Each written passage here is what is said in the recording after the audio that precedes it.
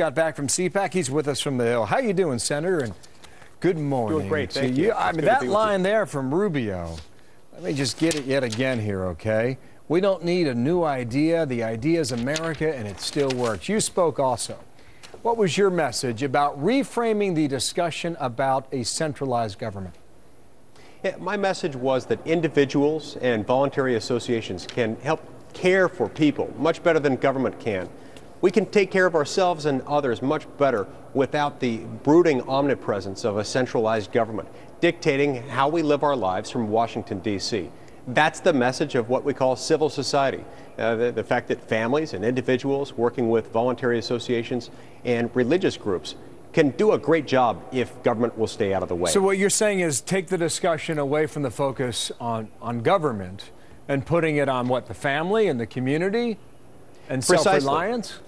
Precisely, because those are the things that have made America great. We're great as Americans not because of who we are, but because of what we do. And, you know, government can't create these voluntary associations. Government can't require that we do all of these things. But if government stays out of the way, these things can happen. If government gets too big, it can weaken these voluntary associations that have brought so much prosperity to America. When you were at CPAC yesterday, how much discussion is there reflecting on the election of 2012 versus the reflection on what's coming up in the future and how the Republican Party needs to strategize? You know, a lot of people are still sad. They're still upset about what happened in 2012, and they're also acknowledging that we've got to retool, we've got to prepare better, we've got to communicate our message better. And that's part of why it's so important that what we're asking Americans is to prosper. We're asking them, inviting them to join us in this move toward prosperity, the kind of prosperity that the conservative message promises, that it enables. Because big government kills economic growth, it kills jobs. And we want Americans to prosper. The best way to do that is to limit the size and the scope and the reach of government. Just throw down a bit more for me. And I think this goes to what Rubio was saying. Is it rip up the game plan and start again? No, it's not that at all. It's go back to the basics. It's go back to what it is that we believe as conservatives, why it is that we are conservatives.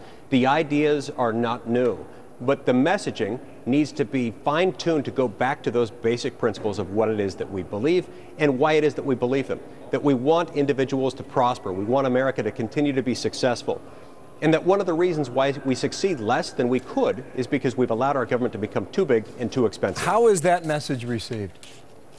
Well, it's received very well. I think intuitively we all understand those things as conservatives, but sometimes we get so caught up in the day-to-day rhetoric that we use that we sometimes forget why it is that we are conservatives.